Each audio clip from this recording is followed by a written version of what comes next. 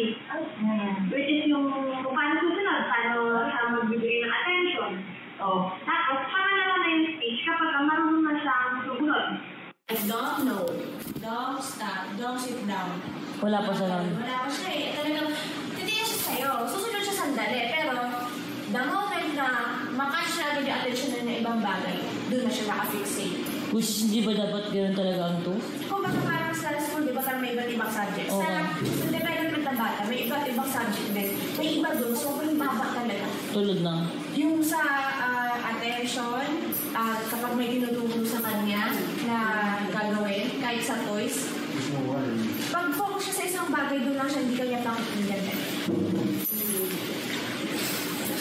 Tapos may papagawa sila sa bahay.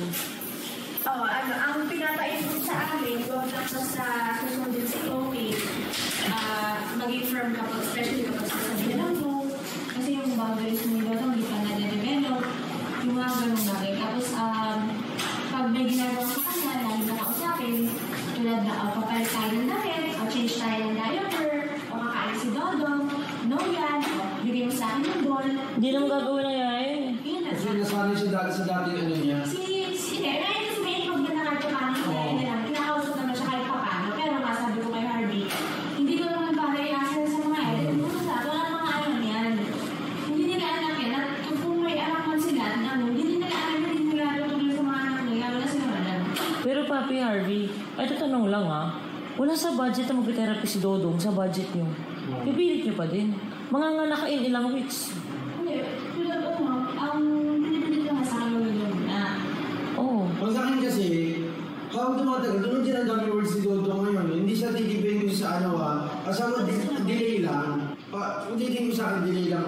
Maraming words si Dodo ngayon. Nag-improve siya araw-araw. Kung nakikita ko na siya. Okay nga yun. Pero sa tingin niyo ba, bakit naging delay si Dodong? Number one, screen time. Maaga niyang nilayaan ng screen time. Tapos, hindi natutukan. Hindi niya natutukan. Wala rin namang alam. Hindi siya Actually, yun. as parents na dapat nag-guide sa kanila, wala rin. O kaya nga, kung yun ang muna at wala sa budget ninyo at mamamatay ka sa katrabaho niya, kayo din maghanap ng pera, bakit hindi niyo muna kasi maging fair? Huwag niyo na pansin si Happy. Huwag niyo muna pukusan si Bebang. Si Bebang natutuwa magsabi ng atin tsaka magpaganon. Ang kita ba niya matulog si Dodong? Ang lagi niyang bigyan, Happy, we're very sorry, it's Dodong turns muna. Hindi lagi si Happy. Try niyo muna bigyan ng attention. Pero kung pag si social, kung gusto niyo i-school, okay din yun. Pero i-therapy niyo kaagad. Wala sa budget niyo yun. Manganganak ka pa. Ikaw, te, ano sa tingin mo? Sinabi ko kanina wag i-therapy. Kasi kung delay pa lang naman at ano pa lang, try niyo munang punan yung pag-uulang ninyo. Kasi, di ba, ang kulit niya hinahayaan niyo mag-iPad. Ay na, si Happy din, grabe din magabad sa iPad ngayon eh. Hindi tama yung salitang fair. Maging unfair sila para kay Dodong. Yun nga, I mean, maging fair sila. Maging unfair sila para kay Dodong. Ako, maging fair sila in a way na kung ano yung binigay nila kay Happy, ibigay din nila kay Dodong ngayon. To be fair. Kailangan, bawasan ninyo yung panahon ninyo kay Bebang. Bawasan nyo yung lalo binibigay yung panahon kay Happy. Ibigay nyo kay Dodong. Yun ang pinakamaganda. Yun ang pinaka talaga. Kunyari, harap siya sa araw, shit, kailangan meron akong 1 hour na may ginagawa kami doon, activity kami. Hindi mo gagawin na kahit anong hindi mo yung nagagawa. Si Papi din, mas maano sa ining, mas mahaba ang oras. Oo. Kailangan, pagising nyo, Happy, we're very sorry, it's Dodong's month na muna. Hindi na muna talaga. Kasi si Happy, ever since kahit anong edad talagang tinatabi niyo sa inyo, kasama ninyo. Mahirap alagaan, madaling alagaan. Meron kayo attention. Si Dodong muna yung ganun. Kahit sa'yo mayaya dyan, pagtatakbo kasi buntis ka eh. Si Dodong muna tutukan nyo. Try nyo muna. Pero pag wala talaga improvement, like nakikita nyo wala talaga. Kasi tulad dyan sa amin, di ba nagkaroon na takot sa pink na tumbler? Di ba may ganun kaming mga joke-an? I mean, may ano siya? Nailalabas yung ano niya. Kasi siya lang yung bata sa kwarto na yun. Bukod si Tyrone, hindi naman na bata eh. Kumbaga, nasa kanya yung atensyon. So, kung ano yung gusto niya, kung ano yung gusto niyang control sa paligid niya, na ilalabas niya. Mahirap kapag ang atensyon na kay Bebang, na kay Happy. In one room talaga setting, yung dalawa. Kailangan mo na yung dalawa kay Dodong talaga.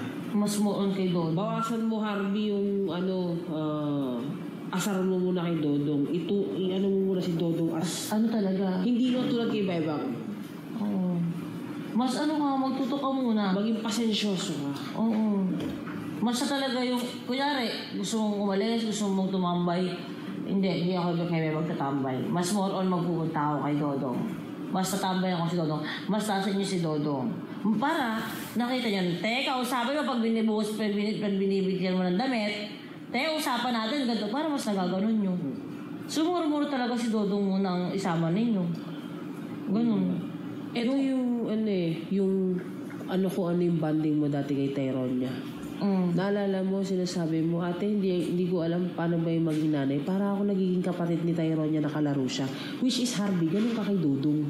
Kuya ka sa kanya. Pakikipaglaro.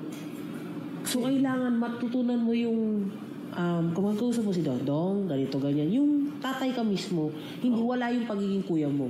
Dapat mo munang na tatay ka sa kanya. Hindi yung siguro ganun lang. Wala, hindi. Alisin mo muna. Sarap mo lang yung ginagawa ko. Sarap mo lang. Sa'yo lang paramihan na siya. Kumbaga, pero nakita namin yun. Yung kaya laro. Pero never ka namin nakita pang Dodong, ganito. Ano yan, ganito. Tapos na-explainan mo siya. Or yun nga, kinukwento ko sa kanila. Binabasahan mo ba ng libro si Dodong?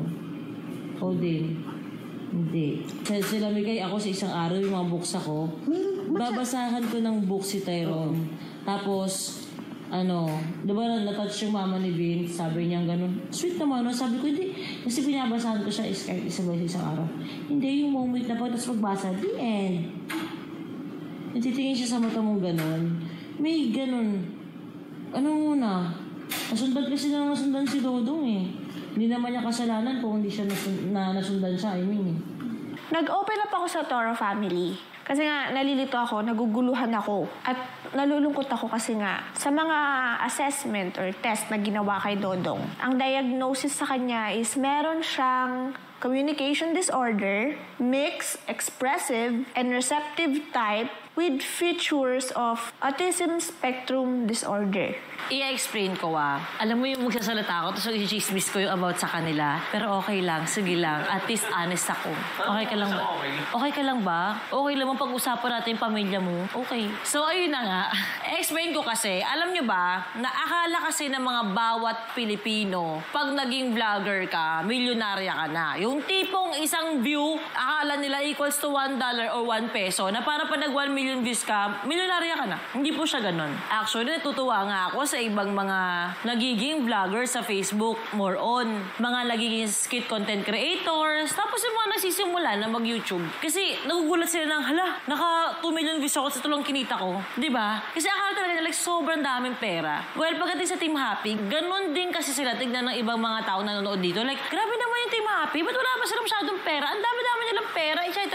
Parang, guys, hindi po kasi siya ganun. Kaya nga kami ay nakaalalay. May mga times na nakakasama kasi yung pag-alalay namin tulad kaya Papi, kasi nagiging tamad. Kaya di ba lagi akong ganun, tamad, putang ina, tamad. Yung mga ganun, minsan naiinis ako kasi nga kailangan magsipag Kasi ang dami ng mga bata. At alam nyo ba, na hindi rin po napakadali na mag-anak. Ang isang pag-aanak, napakadami na po agad gastos niyan. Yaya, diaper, gatas, tubig, pa-check up, vaccine, mga damit, updated na damit, kung ano man, may mga ointment, lahat laruan. Like, isang bata pa lang, may kaakibat na agad na yung nakasambay at yaya. Na yun ay pinapakain mo din, pinapasahod mo. So, imagine this. Si Papi, nasa pang-apat na pagbubuntis. Yung pang-apat na yun, may check-up, may kung anik-anik. Alam mo yun? So, sa mga magsasabi ng, bakit walang pera yung Team Happy? Kakalipat lang din nila ng bahay, nagpagawa din sila. So, talagang nauubos din sila. Ito, amin ko talaga ito. Isa sa pinakatangang ginagawa ni Papi, naglalagay siya ng pera sa bangko para sa bata na nagde-depreciate lang din yung money. Na sinasabi ko sa kanya, palaguin niya or iikutin niya sa ibang bagay. Plus katamaran. Yun, yung sunod-sunod na pag-aanak talaga, kailangan planuhin. Kasi imbis na, patrabaho na, hindi makakapagtrabaho si Papi ng full-time. Bakit? Kasi napipigilan siya. Bawal siyang kumilos, kailangan niya magpahinga, baka siya ay mabinat, or siya ay malaglagan. So, yun yung nahuhold sa kanila. Kaya, natatay sila sa budget. Kaya talagang sinasabi namin na, walang budget para kay Donkey. Bakit? Pag ginawa niyo yung 3 times a week na yan, biyahe pa pa lang, Diyos ko po, napaka-traffic kung saan man kasi sa therapy, malayo po sa amin. At doon kasi talaga yung mga magagaling. So, kakainin agad yung isang buong araw mo. So, sa 7 days a week, meron agad 3 days na hindi ka makakapagtrabaho kasi nakafocus ka doon. Tapos meron ka nilang 4 days. Yun yung mga bagay na ang hirap. Kala mo 3 times a week lang naman parang gano'n. Pero ang hirap talaga. Ang bilis-bilis ng panahon, ang daming kailangan ng mga bata. Siyempre, hindi lang naman si Dodong ang anak. Meron ding Hapia, magpapasok sa school to, meron ding Bebang, at manganganak pa si Papi. So, another gastos din yun, another yaya. Tsaka check nyo yung YouTube nila, walang masyadong upload. Di ba ang tamad? Ang tamad nyo kasi, ba't hindi kayo mag-upload sa YouTube channel nyo? Mag-upload ka naman sa YouTube channel nyo, mag-video-video ka. Hindi ka pa nga nag-house tour. Mag-house tour ka na.